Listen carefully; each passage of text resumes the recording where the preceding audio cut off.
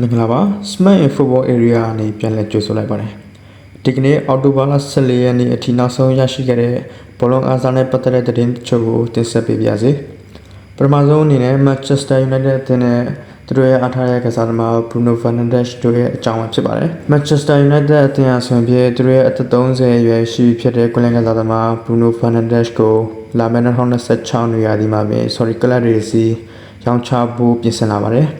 Bruno Fernandes အဆွေဖြင့်2020ခုနှစ် Sporting Lisbon ကနေပြီးတော့ Manchester United အသင်းစီကိုပေါင်တန်း40ကျော်အပိုစုကြီးပါပေါင်တန်း60ကျော်နဲ့ပြောင်းရွှေ့ခဲ့တာပါ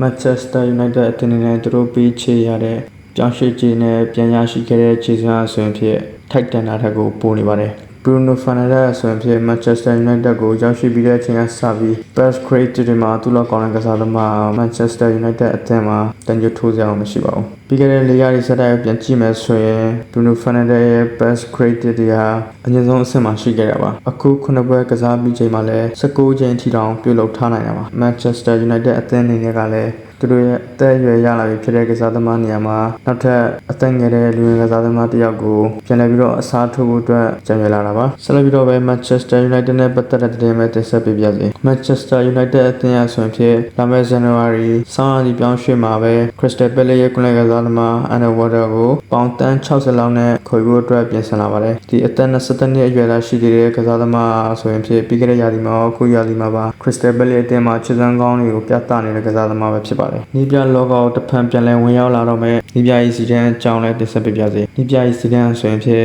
နီးပြလောကကိုတဖန်ပြန်လည်ဝင်ရောက်လာမယ်လို့ကြေညာခဲ့ပါတယ်သူအနေနဲ့ပြင်သစ်လက်ရွေးစင်အသင်းရဲ့နီးပြရာသူကိုသာဆောင်ရွက်နေဖြစ်တဲ့အကြောင်းပြောကြားလာခဲ့ပါတယ်ကမ္ဘာ့ဖလားမှာသာပရူဘတ်ချန်ပီယံဖြစ်ခဲ့ရင်ကစားသမားဘဝကနေလုံးဝအနိုင်ယူမယ်လို့ကြေညာလာတဲ့အာဂျင်တီးနားရဲ့အားထားရတဲ့ကစားသမားအီမီမာတီနက်ဖြစ်ပါတယ်